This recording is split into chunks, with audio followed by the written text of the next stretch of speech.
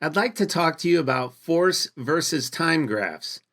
The area under a force versus a time curve is the impulse.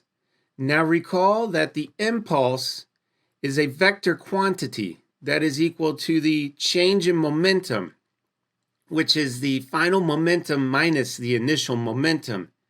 And that is equal to a force multiplied by a duration of time. Let's consider the following force versus time curve. And let's look at the area under this curve, which is found to be equal to positive 335 Newton seconds.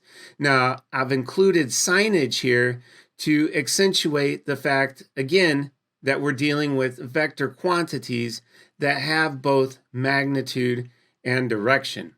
I'd like to use this graph to work through an example problem. In this problem, a 25 kilogram object is at rest on a smooth surface, and it is struck by an impulsive force, as shown in this graph. You're asked to calculate the object's velocity after the impulse. So I will go ahead and underline at rest, I will underline smooth, and I will underline velocity. At rest implies its initial velocity is 0. Smooth implies we are neglecting friction. And velocity will help me kind of come up with a plan for this particular problem. So the first question becomes, what will you do when given a force versus time graph? Well, if we look at the area under this particular graph, we can see that we get the impulse. Now, again, I don't want you to memorize that. I want you to just reason through it. What is on the y-axis? That would be force in newtons. What is on the x-axis? That would be time in seconds. And when you're finding the area, whether it's the area of a rectangle or a triangle, you are multiplying one side by another. So the base times the height, the length times the width. That means you're multiplying force times time. Your units will be Newton seconds. And again, in this course, we can approximate the area under a curve without the use of calculus. So let's use our go-to equation and let's look at what we're trying to solve for. If we're asked about velocity, that means we're going to be looking at our change in momentum. Recall, momentum is the product of mass and velocity. Also, from this problem, we know that our initial momentum is 0 because the object is at rest. So we end up stating that the impulse found by looking at the graph, which is equal to positive 335 Newton seconds, is equal to the mass times the final velocity, which means we can isolate and solve for the final velocity by dividing both sides by 25 kilograms, or the mass of the object. That gives us an answer of 13 meters per second. Now this is in the positive direction. The momentum is in the positive direction, and the velocity is also in the positive direction. Let's look at another problem, and let's use a different force versus time graph for this problem, in which an object is thrown down. It experiences the force shown on this graph as it strikes the floor. You're asked to calculate the impulse and the average force exerted upon this object. So we have impulse and average force. I'll underline those so we can come up with a plan for this problem. Given that we have a force versus time graph, we're going to be taking the area under. We will be approximating this area without the use of calculus. In this case here, I'll be using the equation for the area of a triangle, or 1/2 base times height.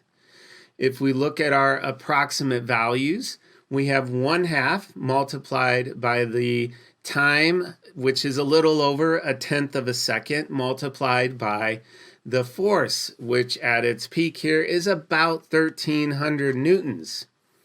That gives us an impulse of positive 78 newton seconds. So that, in this case, because it's positive, the direction would be upward. So this impulse is applying an upward force to the object that was thrown downward and struck the floor. So given that we have now calculated the impulse in this problem, we can now look at the second part, which is asking us to find the average force.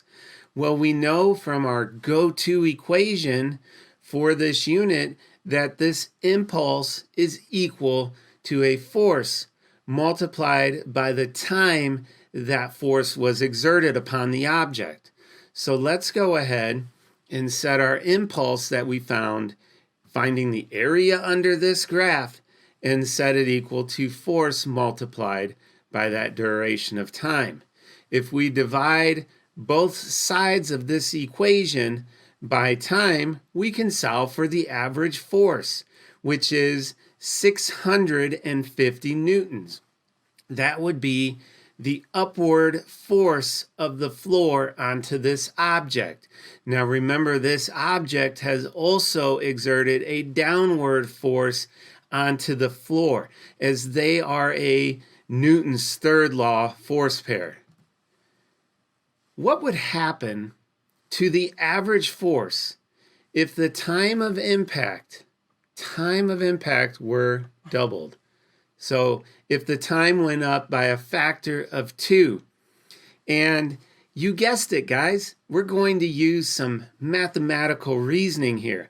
Let's look at our equation and let's look at our proportionalities here. We can see that force is inversely related to time. In other words, as time goes up, force will go down proportionally. As time goes down, force will go up. And if we think about this, it makes sense. So in this case here, our time is increasing.